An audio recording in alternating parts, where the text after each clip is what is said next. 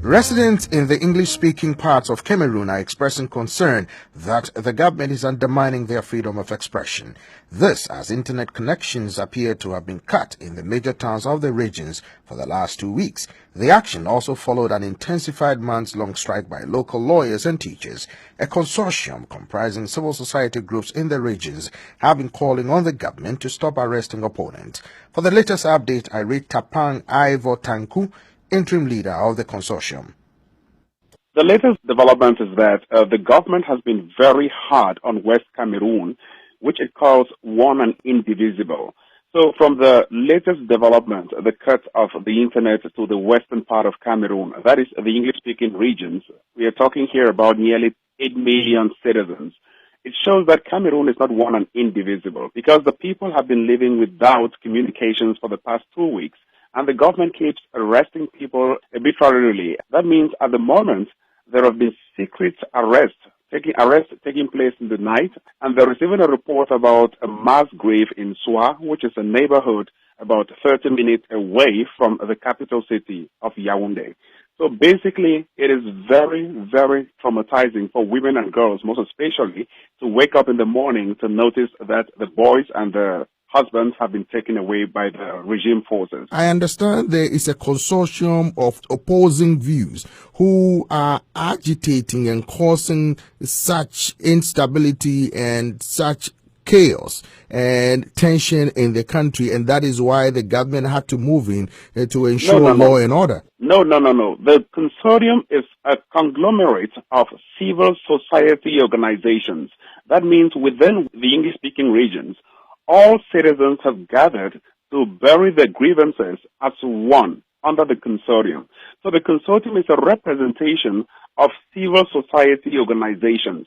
So I happen to be the interim leader of the consortium because all the members of the consortium, the leaders, have been arrested and some have fled out of the country, Barrister Bobga Harmony, and others are seeking asylum in some of the Western embassies in Cameroon. So basically, we are advocating for non-violent approaches towards advancing democracy, the rule of law, and good governance. Under the consortium, we are not seeking for cessation, but we are very clear on our stance, and our ultimate goal is a two-state federation. Supporters of the government are saying that there has been agitation in Western Cameroon and that the agitation is caused by the consortium because it is creating unnecessary tension. The consortium has failed to engage the government in a dialogue to resolve some of your concerns. Why hasn't the consortium done this? Peter, the 34-year regime forces have been very instrumental in pushing forth provocations to Western Cameroonians. That means they have militarized the entire West Cameroon. They have provoked our children not to go to school because they cannot be studying under tense conditions and under fear. Recently, we've released a 73-page human rights report and everything is well documented. So you can imagine, we've been asking for one thing, dialogue.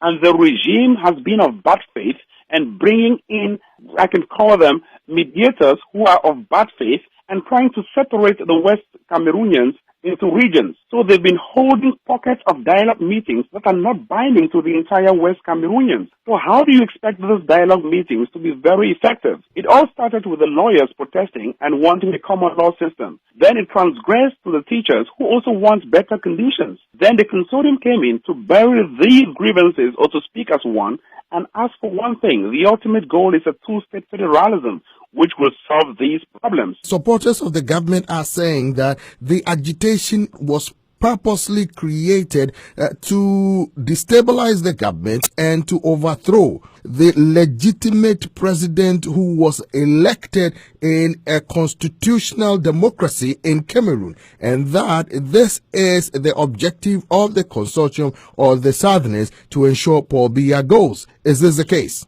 It is not the case. President Paul Biya, what we are witnessing in Cameroon at the moment is negative peace, which means the country has always been destabilized and the country has always been very, very polarized.